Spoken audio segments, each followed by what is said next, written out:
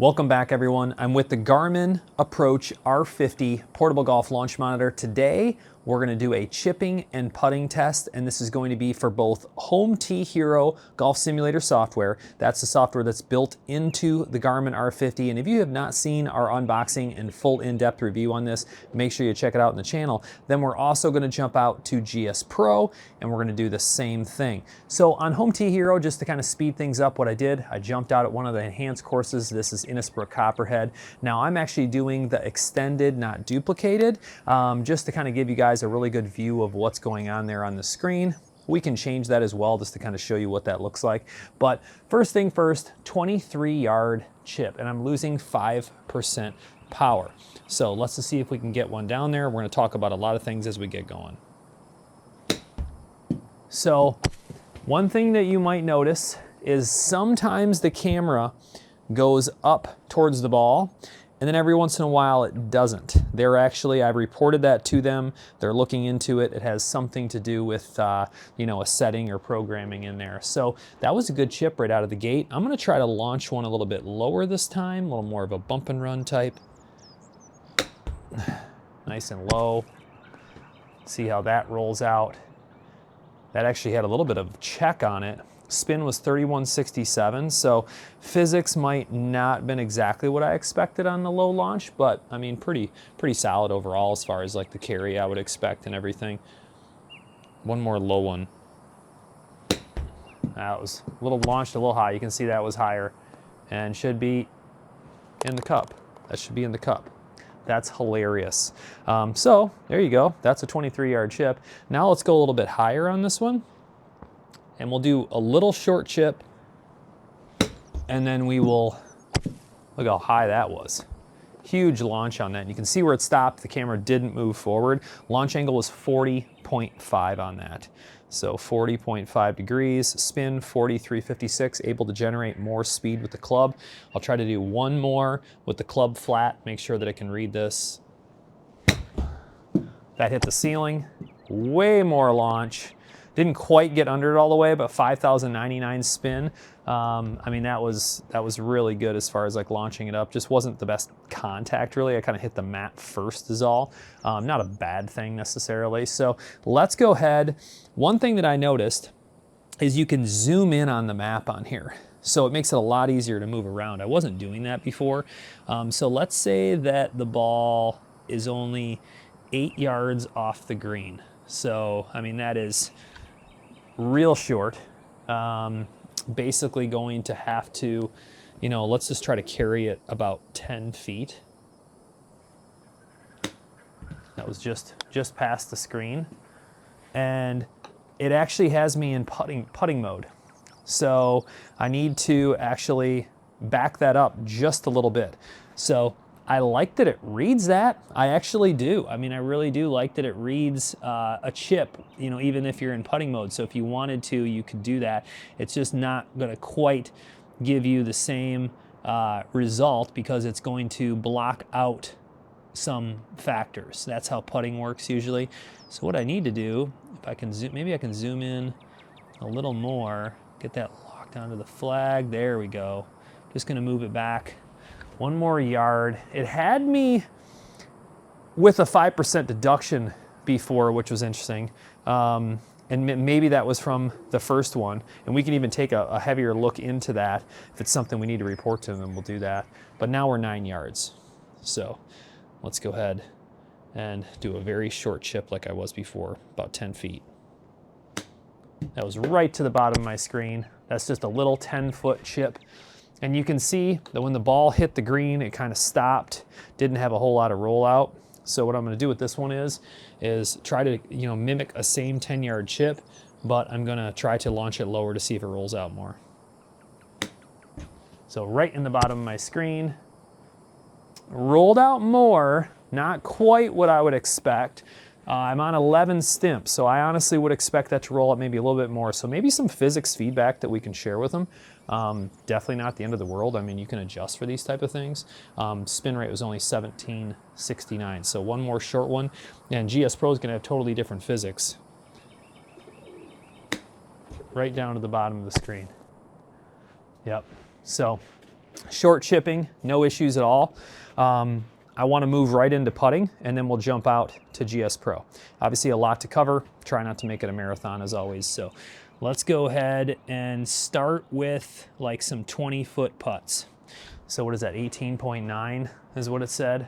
And that says 0 inches. I don't know why that would say 0 inches. Am I aimed in the right spot? That might be uphill or downhill. Let's just go ahead and move the ball over here. 18 feet. Yeah, so that might be a duplication error that I need to report to them, because on here I have an 18-foot putt and you can see it breaking. And I've shown this already. I think I showed a 14-foot putt, so we don't need to spend a lot of time on the Home Tee Hero putting. 11 Stimp, is that enough? Yes, it is. That was almost perfect. You can see I'm aiming right inside the sim. Yeah, I showed several 14-foot putts, so we don't need to spend a lot of time on, you know, longer distance putts. Let's see if we can do one more. I like being able to read the break. Oh, did I not let that lock in? That could be my fault. I'll have to review that, but I might have lined up without it ready to hit. So maybe some patience on my part, because I haven't had it miss a putt yet. I guess that's a good reminder to everybody, but anytime, look at that. Anytime it's been locked in, I don't want to mislead anyone that was a misread. It was probably on me. It was probably rolling like this, blocking it. I set up, and then before it locked, see, you could be, oh, that one locked in time, but it was not locking. And I just caught that one in time. So we'll just make sure to pay attention. Yeah, it locks in pretty fast. So we need to pay attention to that. Let's just go ahead and make it shorter. So let's go ahead and bring it all the way down, because I mean, I'm sure everybody wants to make sure they can make very short putts. So let's bring this in nice and tight to like 3.4 feet. I mean, that is short. All right, green light, locked in, 3.4, just a little break. Oh, I don't need that much break with only 3 feet. I should have known better. All right. Yeah, it locks in pretty fast, but you can't rush it too much when you're waving your club all around, that's all. All right, 3 feet again. Oh, I'm just taking too much break. I mean, honestly, with only 3 feet, I wonder if I could just hit this almost straight. This is barely left at all. There you go. Barely left is all it takes on a 3-footer. So, I mean, you're going to be able to hit 3-foot putts, no issue. It's locking in, no issue. Perfect. I think we've shown pretty much all the examples that we need to on Home Tee Hero. Let's jump out to GSPro. All right, so things get a little bit easier for me when I'm recording this way, because I have my Garmin R50 that's going to connect to my desktop via Wi-Fi. GSPro and my recording software is actually on the computer. So what I just did, I was just launching everything. It's now connected and ready to go. It's just super simple because I already have my main camera and everything, and it's a good opportunity to talk to you guys about the connection. So when you launch your Garmin Approach R50, you have those 3 tiles. The last one is connect. You're going to press that, then it's going to give you a screen where it's going to give you the Wi-Fi ID and then the password. That's going to connect to your laptop or desktop, whatever you're using, and then you can see there is an official Garmin connection. Now see how it says ready? It can go to sleep. And that's something I'm actually already talking to Garmin about. We thought at first that under power settings or display and brightness that there was a way to kind of turn that off. It doesn't seem that there is. So it can go into a standby mode and it has to be in a ready mode to hit. So fair warning, I just want you guys to understand that. And I'm sharing that feedback with them too. So first thing first, let's just go to practice. We'll go to on-course practice. And I like using verified courses just because they look really good. And I was just using Shadow Ridge the other day, so that actually makes it easy. That'll load up. Same thing that we're going to do. we want to do chipping and we want to do putting testing. And then what's nice is when you are running like this is where that 10-inch screen, in my opinion, kind of pays off. If you don't have a third monitor that you're gonna like have club data or depiction on, you could use the GSPro pop-out, but you've got it right here, 10-inch color display. So it does make it kind of nice. So let's go ahead and just move up towards the green real quick. And we're gonna go, let's see here.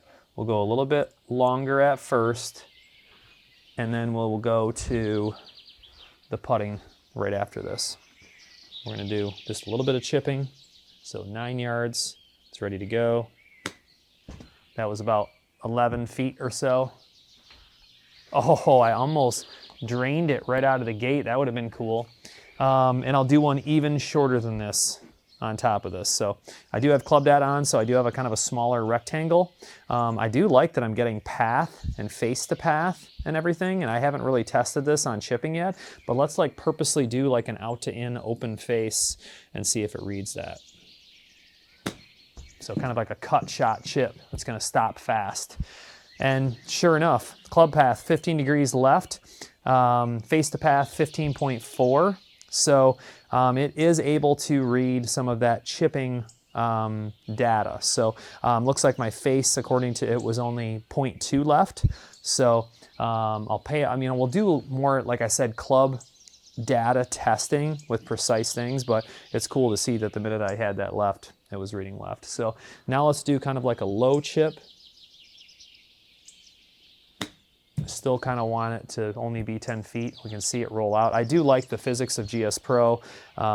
Obviously having the built-in Home Tee Hero software is an advantage for a lot of people, but if you're looking for high end, I mean, look at the graphics and everything. It's really gonna step things up for you. Another low one. Should be a little left. Yep, it's hitting like a ridge. See, you wanna be left, and then it hits like a little ridge. What was that? Horizontal launch angle 1.2, yeah, just not quite enough. If I actually go a little bit left like that, just a little further left, I think that's how I'm gonna drain one. Might be too much. Yep, too far left. That was 3.9.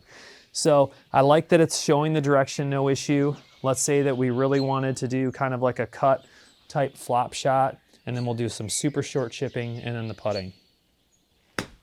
So like that was like a flop cut. So 19 left, attack angle 2.9, launch angle 41 degrees. That's what I was trying to do there.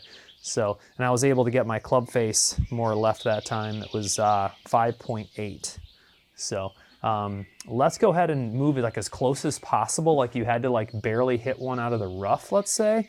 And maybe we can even go to a different hole that has an easier pin position that's on the edge. I'm just trying to think of one that might have a pin that's tucked, that's in the rough is what I was thinking. So I'm just kind of looking around briefly here. That could be close. Let's take a look. If I put this up in the rough, like you had to have a really short chip, like right here in the rough. So we could still chip this softly. So let's say that you only want it to just kind of land on the green. That only carried 9 feet. And see how it's gonna roll out because it's gonna bump on that? I mean, reading that, no issues at all. Let's see how short I can really chip it. I mean, if I only chip it a couple feet, that went about 3 or 4 feet. And you can see the carry says that it was 1.2 yards, so that was basically spot on to what I was just saying. So, and that's out of the rough too. So we kind of have to pay attention to that. Oh yeah, raw, 1.2, and then carried in the game shorter. So, okay, perfect. Out of the rough, we'll just flop one up really quick, and then we'll move on to putting. Yeah, I mean, I like all of the results I'm getting so far as all the metrics go. I mean, look at that launch, 43 degrees on a short chip, no issue. So let's go ahead and just move right on to putting, because this is one that a lot of people talked about. So I'm on 11 Stimp.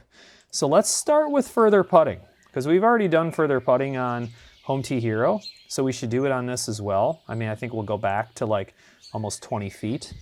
And I'm on 11 Stimp. I'm used to that. So I'm gonna aim just a little bit right. It's a little downhill, so this is a pretty sensitive putt. Just breaking a little left.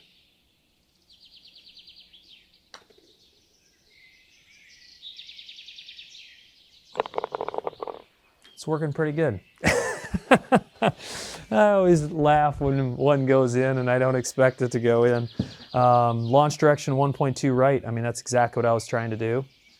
And it was a really good read overall. So let's go ahead and try one more of those, make sure we have consistency. That was a little lighter. Should be short. Yep. So the thing that I want to make sure that I stress to everyone, and I know that there was potentially a bug when they updated the last firmware and everything, just some people were mentioning on GSPro. One, they released an update right away. So apparently, if there was one, it's fixed. But whatever stimp you're playing versus turf, you should adjust either yourself or adjust in the software per your liking. You know, because everyone's going to be a little bit different. They're going to say, wow, that's fast or that's slow. And they're all a little different, and your turf's different. That should be close to the right speed. Oh, I just pushed it a little bit too much, 1.8.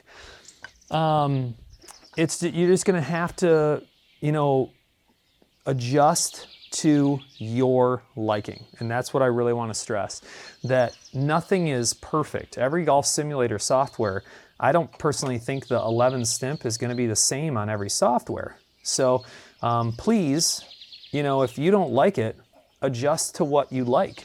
You should be playing the way that you want to. And if you want to play in tournaments that are 11 Stimp, then there you go. You're going to have to adjust. All right, so a little slippery. Now it's pretty flat now. So 10 feet, 11 Stimp.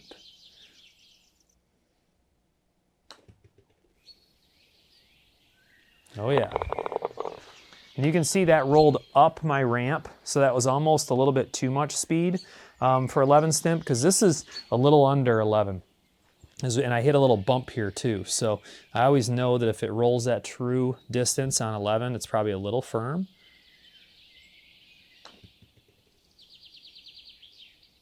Yep, just a little right, but notice how that one was softer though. So that was 1.5. So let's not push this as much. I don't think you almost have to push it barely at all with that little bit of movement. Speed is going to affect your break. That was really nice speed. Really nice speed on that one. So there's some 10 footers. Now let's say you're going crazy and you know your buddies are like, listen, you have to putt everything out. I mean, we'll just go right down to 2 feet 11 inches and really put this thing to the test. Little 3-foot putts.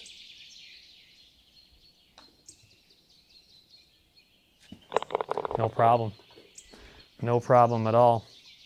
So I hope this is giving people confidence in the putting, because I just heard a lot of comments, you know, of people saying like, this is wrong. And my initial testing, I was confused, but it's very possible that, you know, by the time I got my unit, someone else had old firmware that did have a bug. I mean, things happen. What the most important thing is I mean, I think it doesn't matter if it's a car, heck, an airplane, whatever it may be, like there are going to be, man, I barely hit that one, firmware updates, hardware updates, recalls, whatever it may be. And they obviously came to the table quickly with a fix based on when I heard everybody talking about it till now. So this is just no issues. Barely tapped that one. Oh, and it did read it. I was thinking I might have finally got it. That was 2.5 miles per hour. Everything usually has like a threshold where it's like ridiculously slow. Let's see if, I mean, I don't know how much slower I can go. We'll just kind of barely tap it. That went just over a foot. It actually read 1.6 miles per hour. That's solid. I mean, when are you ever going to hit a 1.6 mile per hour putt? I mean, I just don't think it's going to happen. I guess one thing that we could do real quick is we could just test lag putting. I mean, I'm a terrible lag putter in my opinion. But like, let's say that you had a 55-foot putt. It's breaking both ways. The whole goal in this is just to get it in the gimme circle, in my opinion. So 8 inches downhill, I'm just trying to think in my head how far that is. So I mean, I try to putt it for, you know, 45-ish, a little over feet or so. See if that's enough. Is it enough? Yes, it is. So I'm glad that I stopped for a second and was like, wait, we need to do lag putting. I think it's good to do. And you know, I'm not super confident in GSPro because I play so much different software. I hit that one harder just to see. Yeah, is it gonna make it there this time? Oh, that little uphill at the end I think gets me. Because it goes a little downhill and then I think it slows down. I think that if you're playing single software all the time, it just becomes second nature to, you know, your speed. It really does. You have a picture in your head, especially in your sim if that's what you're doing. So we'll do one more here. Hopefully that one. Yeah, I think I did push it a little bit. Is it gonna come back though? Oh, I gotta at least get one there. I'm just so nervous about blowing it by. I at least gotta get one there. These are pretty good putts from this far. I'm very happy. That one definitely had a little more juice on it. Come on, come on. Oh, it burnt the right edge. I'll take it. I'll take it. My lab's treating me well today. So this is a first of many videos, user requested. I understand that, you know, everybody wants to see more, and I really want to kind of put the unit through its paces. So not only stay tuned, but comment below what else you'd like to see. I appreciate all the user feedback and questions, and you know, I'm more than happy to share things with Garmin. I've already provided them some solid feedback, and it seems like they're very receptive, that they want to, you know, whether it be update a feature, add a feature, make an adjustment, things like that. So I appreciate you guys watching as always. Stay tuned. There'll be a lot more coming soon.